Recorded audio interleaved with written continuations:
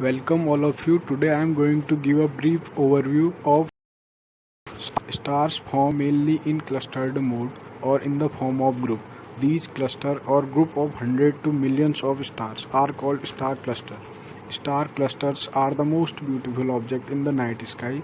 Some of them such as Pleiades cluster are visible with the naked eye. It is visible in the northern hemisphere. In these two images of star cluster, the tiny bright dots are all stars which are in the form of the group. The first one is Pleiades and the second one is M13 cluster. Star cluster can be young or old, large or small, bright or faint, and so on. All stars in a cluster have the same age, distance and chemical composition but have a wide range of stellar masses. Thus, each cluster provides a snapshot of what stars of different masses look like at the same age. Star clusters contain stars of all kind of masses, high, medium, low, so they are laboratories for studying stellar evolution. That is how stars of different masses evolve over time. Some clusters are very old, 12 to 13 billion year old. So studying them helps astronomers to estimate the age limit of the universe on the basis of their age, size, galactic distribution and the number as well as the physical characteristic of stellar content. Two types of clusters have been recognized. The first one is galactic or open cluster and the second one is globular clusters. Now first we will discuss open cluster. An open cluster is a group of 100 to a few thousand stars that were formed from the same giant molecular cloud and have roughly the same age. They are young compared to globular cluster. The stars in open clusters are metal-rich, called population 1 stars. In astronomy, metal means elements heavier than hydrogen and helium. Open clusters located in the disk of the galaxy and were formed recently from the gas and dust swept around by the spiral arms. Formation of open clusters. Open cluster formed from the gas and dust in the giant molecular cloud swept around by the spiral arms where the gas densities are high.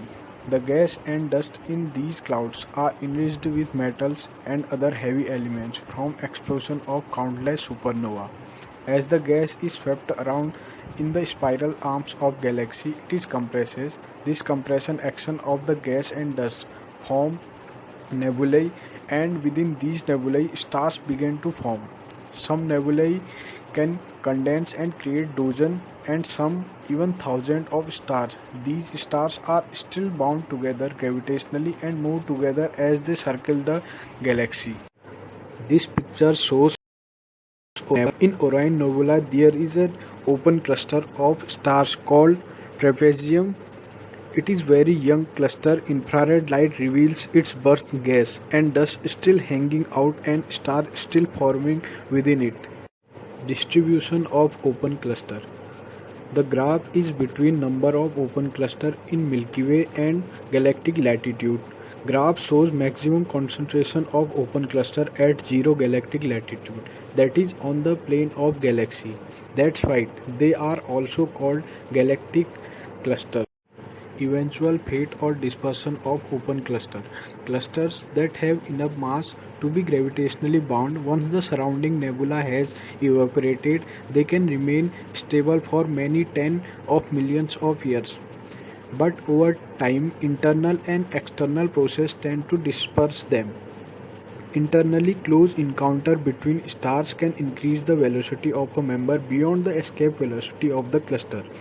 Externally, by passing close to a molecular cloud, the gravitational tidal forces generated by such an encounter tend to disrupt the cluster.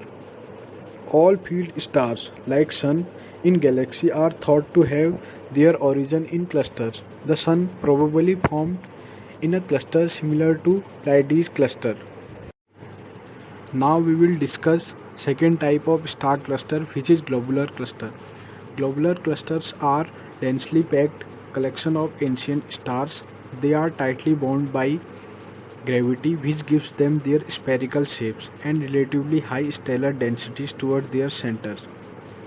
They contain more stars than open cluster, all born at the same time and all have approximately the same distance, or are relatively dim. There are about 150 globular clusters in the Milky Way galaxy. Most are estimated to be at least 10 billion years old and contain some of the oldest stars in the galaxy. They consist of metal poor stars called population 2 stars. Astronomer Shapley noted that globular clusters are arranged symmetrically around the galaxy. They are arranged equally above and below the galactic plane. Shapley's model greatly increased the size of galaxy and pushed the solar system and humanity farther from the center. In our galaxy, globular clusters are distributed roughly spherical in galactic halo around the galactic center, orbiting the center in highly elliptical orbits. Formation model. Globular clusters remain a poorly understood phenomenon. There is still no definitive answer to the question how globular clusters form, but there are some models. According to the one set of models, globular clusters began forming in the early universe during or even before the reionization. In other model, clusters forming during early stage of galaxy formation. Gas and young galaxies could condense into cloud of mass comparable with globular cluster. Massive star cluster appears to form during all major star forming events such as galaxy-galaxy interaction. Not all globular clusters are old. Astronomers have discovered some young globular clusters. They can form when galaxies collide. Interstellar gas is compressed and clusters form in the region of high density. One such example is Antenna Galaxy. In this picture, there are two interacting galaxies, NGC 4038 at top and NGC 4039 at bottom. And there are many young globular clusters which are forming. Age of star cluster. Here we will discuss how we can estimate age of star clusters. For this, first we discussed HR diagram.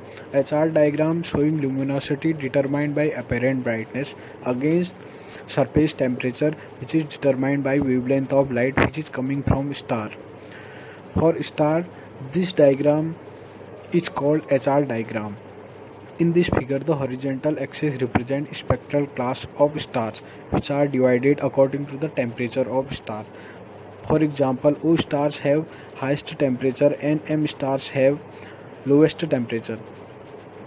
There are four main branches. The first one is main sequence, second one is red giant, third one is supergiant, and the last one is white dwarf.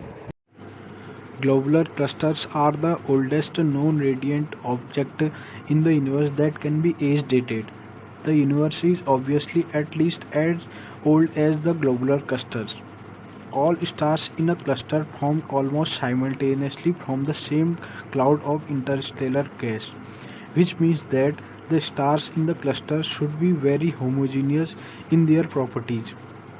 This means that the only significant difference between stars in the cluster is their mass.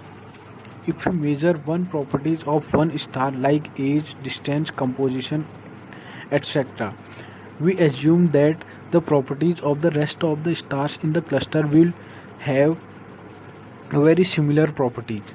Now let us follow the evolution of an entire cluster of stars through several stages of its lifetime.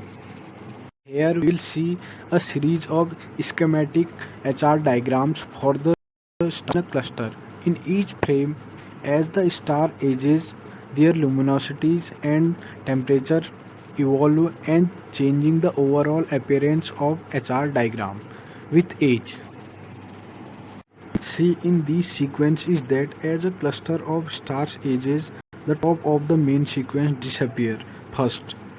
Since core hydrogen burning lifetime are inversely proportional to the related mass, as the cluster stars burns its hydrogen, the main sequence gets shorter.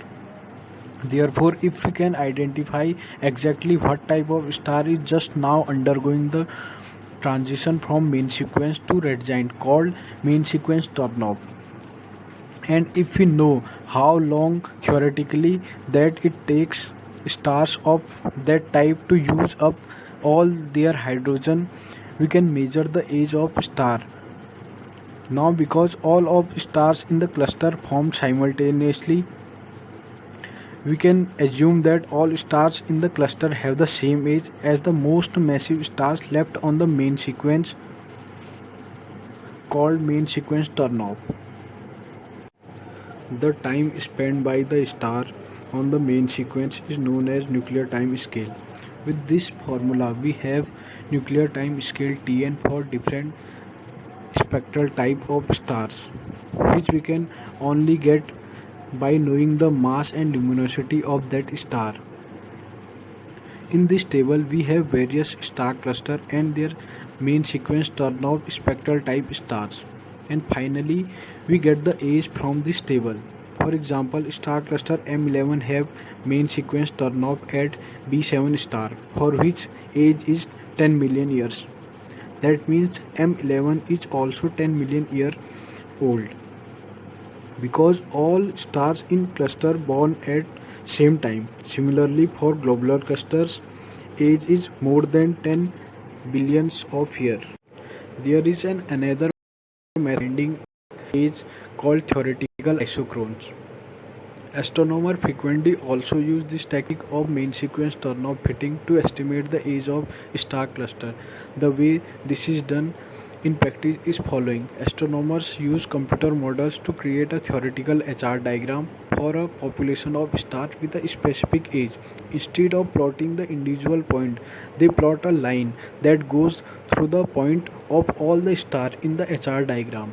Since this line indicates the position of stars with a specific age, it is called an isochrone. Astronomers then plot the observed color and luminosity for the star in a star cluster through observations.